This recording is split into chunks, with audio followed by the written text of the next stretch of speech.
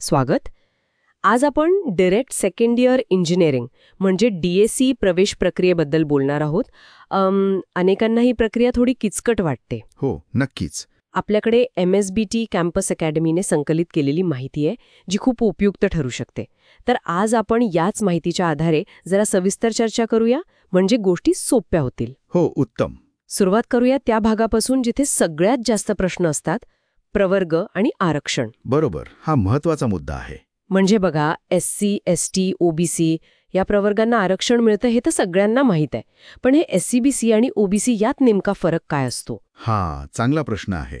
SCBC म्हणजे राज्याच्या पातळीवरचं आरक्षण आणि OBC हे केंद्राच्या योजनांसाठी लागू होतं. काही ठिकाणी दोन्ही प्रमाणपत्र लागू होऊ शकतात, पण ते त्या संस्थेच्या नियमांवर अवलंबून असतं. अच्छा, आणि EWSचं काय? ते आर्थिक निकषांवर असतं ना? हो, EWS म्हणजे इकॉनॉमिकली वीकर सेक्शन. हे खुल्या प्रवर्गातल्या म्हणजे ज्यांना इतर कोणत्या आरक्षण नाही अशा विद्यार्थ्यांसाठी आहे. त्यासाठी कुटुंबाचं वार्षिक उत्पन्न 8 लाखांपेक्षा कमी असावं लागतं. म्हणजे खुल्या प्रवर्गातल्या पण आर्थिकदृष्ट्या दुर्बल घटकांसाठी ही एक सोय आहे. अगदी. आणि काही कॉलेजेसमध्ये म्हणजे जी धार्मिक अल्पसंख्याक कॉलेजेस आहेत, जसं की मुस्लिम, जैन, ख्रिश्चन, हो, तिथे त्यांच्या विशिष्ट समुदायासाठी 51% जागा राखीव असतात. म्हणजे जवळपास निम्म्या जागा. मग बाकीच्या जागांचं काय? साधारणपणे 45 ते 50% जागा या खुल्या प्रवर्गासाठी म्हणजे मेरिटवर आधारित असतात. आणि हे खरं आहे का की समजा एखादा विद्यार्थी आरक्षित प्रवर्गातला आहे, पण त्याचे गुण खूप चांगले आहेत, तर त्याला खुल्या प्रवर्गातून पण जागा मिळू शकते? हो, बिलकुल. जर तो विद्यार्थी गुणवत्ता यादीत वर असेल तर त्याला खुल्या प्रवर्गातली जागा मिळते. त्याचा फायदा असा की त्याच्या प्रवर्गाची जागा दुसऱ्या पात्र विद्यार्थ्याला मिळू शकते. हे चांगलं आहे, पण या आरक्षणाचा लाभ घेण्यासाठी कागदपत्रांचा मुद्दा येतोच. तुम्ही म्हणालात तसं जात प्रमाणपत्र तर लागतंच. हो, पण त्याहून महत्त्वाचं काय म्हणतात त्याला, जात वैधता प्रमाणपत्र म्हणजे कास्ट व्हॅलिडिटी सर्टिफिकेट. हे खूप ऐकलंय की याला वेळ लागतो. खरंय, अनेक विद्यार्थ्यांचा प्रवेश याच एका कागदामुळे रखडतो. त्यामुळे डिप्लोमाच्या शेवटच्या वर्षात असतानाच किंवा त्याआधीच अर्ज केलेला बरा. आणि नॉन क्रीमी सर्टिफिकेट पण लागतं ना? ते किती वर्षांसाठी व्हॅलिड असतं? ते फक्त एका आर्थिक वर्षासाठी वैध असतं. म्हणजे प्रवेश घेताना ते चालू वर्षाचं असावं लागतं. दरवर्षी ते रिन्यू करावं लागतं. OBC, VJNT, SBC या प्रवर्गांसाठी. अच्छा, आणि SC, ST विद्यार्थ्यांना फीमध्ये सवलत असते असं ऐकलंय. हो, त्यांना शिक्षण शुल्क म्हणजे ट्युशन फी पूर्णपणे माफ असते, पण डेव्हलपमेंट फी, लायब्ररी फी वगैरे इतर शुल्क त्यांना भरावे लागतात. ओके, म्हणजे कागदपत्रांची तयारी खूप आधीपासून करायला हवी. जात वैधता तर झालंच, अजून कोणते कागदपत्रे एकदम आवश्यक आहेत? नक्कीच.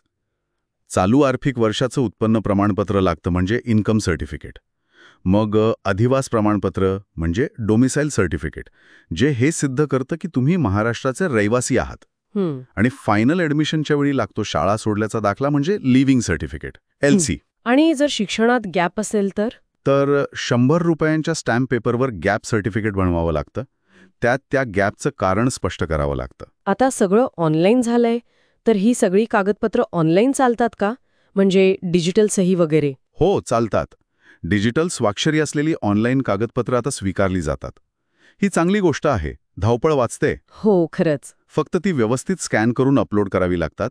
आणि दिव्यांग कोटा असेल तर सिव्हिल सर्जननी दिलेलं प्रमाणपत्र लागतं, ज्यात किमान 40% दिव्यांगत्व नमूद केलेलं असावं. म्हणजे ही सगळी कागदपत्र फक्त अर्ज भरण्यासाठी नाहीत, तर पुढे स्कॉलरशिप वगैरेसाठी पण महत्वाची ठरतात. अगदी बरोबर. पडताळणी, शिष्यवृत्ती, राखीव जागांवरचा दावा या सगळ्यासाठी ही कागदपत्र आधार आहेत. ठीक आहे. आता कागदपत्र जमली समजा, मग येते कॅप फेरी म्हणजे सेंट्रलाइज्ड ॲडमिशन प्रोसेस. साधारण किती फेऱ्या असतात त्यात? साधारणपणे 3 कॅप फेऱ्या होतात. त्यानंतरही जर जागा रिकाम्या राहिल्या तर संस्था स्तरावर म्हणजे थेट कॉलेजमध्ये जाऊन स्पॉट ॲडमिशनसाठी प्रयत्न करता येतो. आणि ही प्रक्रिया कधी सुरू होते साधारणपणे? नोंदणी साधारणपणे जून-जुलै महिन्यात सुरू होते. सगळी प्रक्रिया आता ऑनलाईन आहे, त्यामुळे पूर्वीसारखं ARC सेंटरवर जाऊन कागदपत्र व्हेरीफाय करायची गरज नाही. सगळं ऑनलाईन व्हेरिफिकेशन होतं. अच्छा, मग समजा आपल्याला पहिल्या फेरीत कॉलेज मिळालं, तर पुढे काय पर्याय असतात? ते फ्रीज, फ्लोट, स्लाइड असं काहीतरी असतं ना? हो, हे फार महत्त्वाचे पर्याय आहेत आणि विचार करून निवडायला हवेत. काय फरक आहे तिन्हीमध्ये? फ्रीज म्हणजे तुम्हाला जे कॉलेज आणि ब्रांच मिळाली आहे ती तुम्हाला मान्य आहे आणि तुम्ही तिथे प्रवेश निश्चित करत आहात. त्यानंतर तुम्ही पुढच्या फेऱ्यांमध्ये भाग घेऊ शकत नाही. ओके. फ्लोट म्हणजे तुम्हाला मिळालेली जागा तुम्ही तात्पुरती स्वीकारता, पण तुम्हाला त्यापेक्षा वरच्या पसंतीचं कॉलेज किंवा ब्रांच हवी आहे म्हणून तुम्ही पुढच्या फेरीत जाता. म्हणजे आधीची जागा राहते का आपल्याकडे? तात्पुरती राहते, पण पुढच्या फेरीत जर तुम्हाला नवीन तुमच्या वरच्या पसंतीची जागा मिळाली तर आधीची जागा आपोआप रद्द होते. ओ, म्हणजे फ्लोटमध्ये धोका आहे थोडा.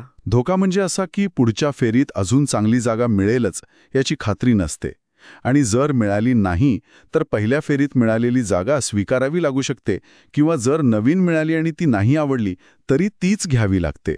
त्यामुळे फ्लोट जपून वापरावं. आणि स्लाइड म्हणजे काय? स्लाइड म्हणजे तुम्हाला जे कॉलेज मिळालंय ते कॉलेज तुम्हाला आवडलंय, पण त्याच कॉलेजमध्ये तुम्हाला मिळालेल्या ब्रांचपेक्षा दुसरी तुमच्या जास्त पसंतीची ब्रांच हवी आहे. त्यासाठी तुम्ही पुढच्या फेरीत जाता, पण फक्त त्याच कॉलेजमधल्या दुसऱ्या ब्रांचसाठी. अच्छा, म्हणजे कॉलेज तेच, फक्त ब्रांच बदलायचा प्रयत्न. अगदी. इथे पसंतीक्रम भरताना खूप विचार करावा लागतो. जे कॉलेज किंवा कोर्स सर्वात जास्त हवाय तो यादीत सगळ्यात वर टाकावा. बरोबर.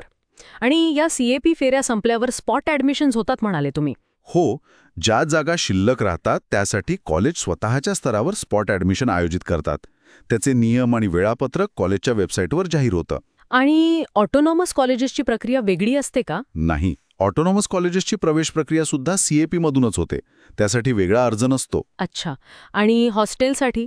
हॉस्टेल म्हणजे हॉस्टेलसाठी प्रवेश निश्चित झाल्यावर कॉलेजमध्ये स्वतंत्र अर्ज करावा लागतो. त्याची प्रक्रिया कॉलेजनुसार वेगळी असू शकते. तर या सगळ्या चर्चेतून महत्त्वाचे मुद्दे काय लक्षात ठेवायचे? एक तर आपला प्रवर्ग नीट समजून घेणे आणि त्याचे निकष तपासणे. बरोबर. दुसरं म्हणजे सगळी आवश्यक कागदपत्र, विशेषतः जात वैद्य प्रमाणपत्र वेळेवर तयार ठेवणे. अत्यंत महत्वाचं.